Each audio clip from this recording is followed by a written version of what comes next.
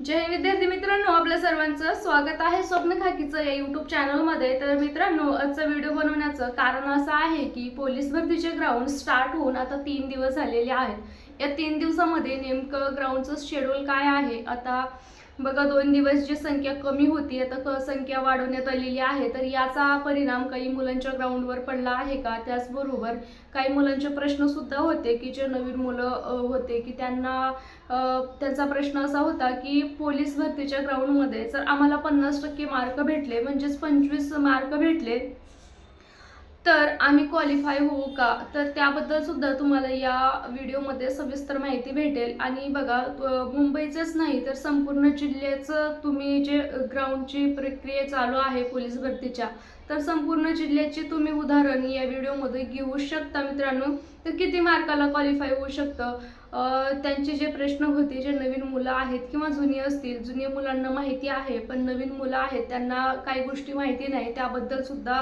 आपण या व्हिडिओमध्ये क्लिअर करणार आहे। आणि एकाचा प्रश्न होता की पोलीस भरतीमध्ये आमचे मार्क दाखवले जातात का, सांगितले जातात का, मला किती मार्क आले, त्याबद्दल सुद्धा सविस्तर माहिती तुम्हाला या व्हिडिओमध्ये भेटेल। आणि मित्रांनो, तुमचे जे मार्क तुम्हाला येतात त्यामध्ये तुम्हाला जर काही अडचण वाटली की तुम्हाला एवढे मार्क आले तरी तुम्हाला कमी मार्क पडलेले सांगितलं असेल, किंवा तुम्हाला असं वाटत असेल की मला ह्याच्यापेक्षा जास्त मार्क पडले असतील, किंवा तुमची जी अपेक्षापेक्षा जर तुम्हाला कमी मार्क आलेले असतील, तर त्याबद्दल तुम्ही अप्लाय करू शकता का, याबद्दल संपूर्ण माहिती तुम्हाला या व्हिडिओमध्ये भेटेल। तर व्हिडिओ स्किप करून ते शेवटपर्यंत बघा। तर चला मित्रांनो, व्हिडिओला सुरुवात करू। तर बघा, पोलीस भरतीच्या ग्राउंडला आता तिसरा दिवस चालू झाले, तिसरा दिवस आज संपेल मित्रांनो। तर बघा, या 3 दिवसामध्ये ग्राउंडची जे शेड्यूल आहे, ग्राउंडमध्ये जे वातावरण आहे, मुलांना काय अडचणी येत आहेत, तर आपण एक व्हिडिओमध्ये डिटेल सांगितलं होतं त्याबद्दल की मुलांना कोणत्या अडचणी येत आहेत आणि कोणत्या अडचणीमुळे मुलांना मार्क कमी येत आहेत, त्याबद्दल संपूर्ण माहिती मी डिटेलमध्ये सांगितली होती, तरी तुम्ही ते व्हिडिओ जाऊन बघू शकता। तर बघा, आता सध्या असं आहे की संख्यामध्ये वाढ झालेली आहे आणि अगोदर जी संख्या होती मुलांची मुलींची त्याच्यामध्ये आता वाढ झालेली आहे, त्याबद्दल थोडंफार ग्राउंडमध्ये फरक पडलेला आहे। आणि दुसरं म्हटलं तर जे पोलीस भरतीची जी प्रक्रिया आहे मित्रांनो, ती संपूर्ण पारदर्शकपणे चालू आहे। तर तुम्हाला तिथे राहण्याची सोय आहे, त्याचबरोबर तुम्हाला तिथे पिण्याचं पाणी, वॉशरूम या संपूर्ण सोय भेटलेल्या आहेत। आणि बघा, सर्वात महत्त्वाचं म्हटलं तर ग्राउंड चालू असताना तुम्ही ज्यावेळेस ग्राउंड दिलात आणि तुमचे जे इव्हेंट झालेले आहेत त्याचे तुम्हाला मार्क बघता येतात का, आणि जर समजा कमी मार्क आहेत असं जर तुम्हाला भासलं तर तुम्हाला अपील करता येतं का?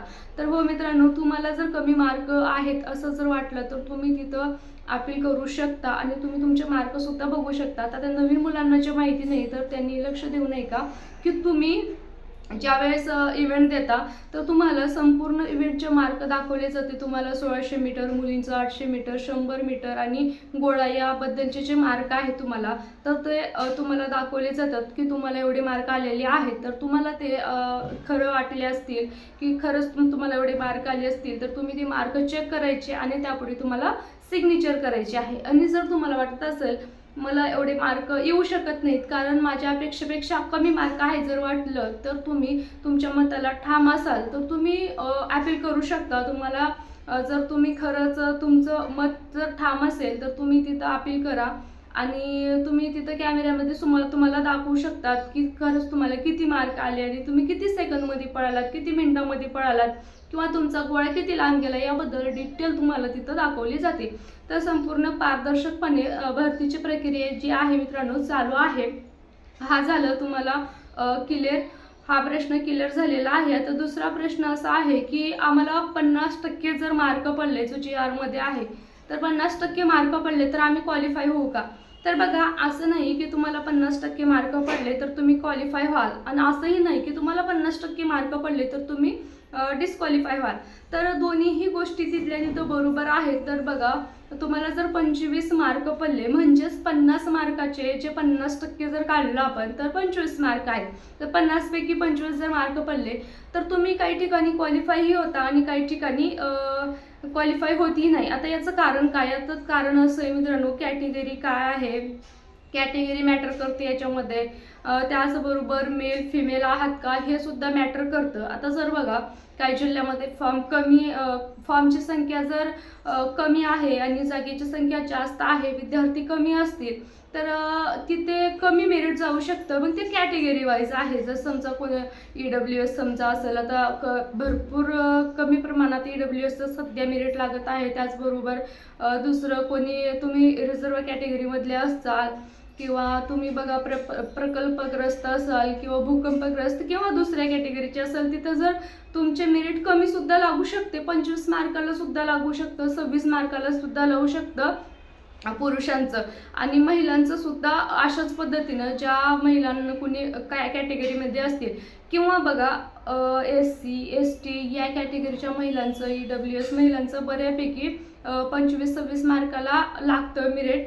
आणि हे खूप जिल्ह्यामध्ये लागतात. ज्या जिल्ह्यामध्ये कमी जागा असतील, फॉर्मची संख्या जी आहे मित्रांनो जास्त असेल, तर त्या ठिकाणी कमी लागण्याची शक्यता कमी आहे आणि तिथे मेरिट जास्त लागू शकतं. आणि ज्या ठिकाणी बघा कमी जागा किंवा ज्या ठिकाणी फॉर्मची संख्या जी आहे कमी आहे आणि जागा जास्त आहेत किंवा फॉर्मची संख्या जास्त असून तिथं जागा चांगल्या असतील तर तिथं मेरिट कमी जाऊ शकतं. आता मुंबईला मेरिट कमी जाण्याची शक्यता आहे आणि काही जिल्ह्यामध्ये सुद्धा कमी जाऊ शकतं. पण 1-2 जागा जर असतील, फॉर्म चांगले असतील तर टप जाऊ शकतं.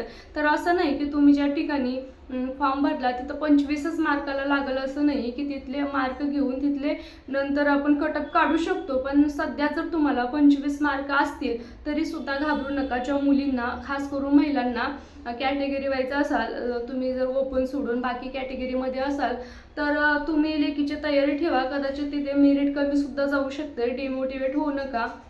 आणि जे पुरुषांना ज्यांना कमी मार्क आलेले आहेत तर त्यांनी सुद्धा तयारी चालू ठेवा लेखीची. कदाचित तिथले मेरिट येण्याच्या अगोदर तुम्ही ठरवू नका की तुम्ही लागताय की नाही.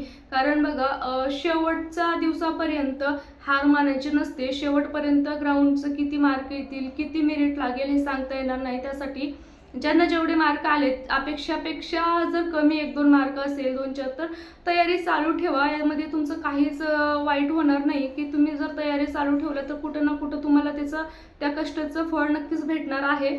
आणि बघा खूपच कमी जर मार्क असेल तर मग ठीक आहे, पण जर मार्क 1-2 मार्कांनी मागे पुढे असेल तर कदाचित तुम्ही लागण्याचे चान्सेस आहेत. तर तयारी चालू ठेवा. आणि अशा पद्धतीने होते की ज्यांना वाटत आहे की 50% मार्काला क्वालिफाय होऊ का, तर त्याचं रिझन असं आहे की तुमची कोणती कॅटेगरी आहे, मेल फिमेल या पद्धतीनं तिथं मॅटर करतं. तर ही होती आजची माहिती. आणि बाकी ग्राउंड चांगल्या पद्धतीनं चालू आहे. काही जसं मुलांना मार्क, काही मुलांना कमी मार्क, काही जणांना जास्त येत आहेत. आता ते ग्राउंड जे शिफ्ट आहे मित्रांनो, शिफ्टवर सुद्धा खूप मोठा परिणाम पडत आहे की सकाळची शिफ्ट, दुपारच्या ह्या पद्धतीनं जे मुलं येत आहेत त्यांच्यावर सुद्धा ग्राउंडचा परिणाम होत आहे. तर बाकी मुलांना झोप घेणे आवश्यक आहे. त्याचबरोबर जेवण वगैरे व्यवस्थित करा. आम्ही प्रत्येक व्हिडिओमध्ये सांगण्याचा प्रयत्न करत आहे की तुम्हाला झोप आणि जेवण ही अतिशय गरजेचं आहे सध्या. ज्यावेळेस तुम्ही ग्राउंडला याचाल आणि जमेल तर नक्कीच तुम्ही बाहेर कुठेतरी रूम करून, मुलांचा ग्रुप करून, मुली असाल तर मुलींचा ग्रुप करून थांबू शकता, जेणेकरून तुम्ही सेफ असाल. तुमचं झोपसुद्धा होईल, डॉक्युमेंट सेफ असतील तुमचे आणि एक निवांत तुम्हाला झोप भेटेल आणि व्यवस्थित तुमचं ग्राउंड जाईल. तर ऑल द बेस्ट सर्वांना. ग्राउंडमध्ये ज्यांचं ग्राउंड झालेलं असेल त्यांना किती मार्क पडले नक्कीच कमेंट करून सांगा. भेटूया नेक्स्ट व्हिडिओमध्ये. काही अडचणी असेल तर कमेंट करून सांगा. आपण अशा पद्धतीने तुमच्या कमेंटचं उत्तर देण्याचा पूर्ण प्रयत्न करू. जय हिंद, जय महाराष्ट्र.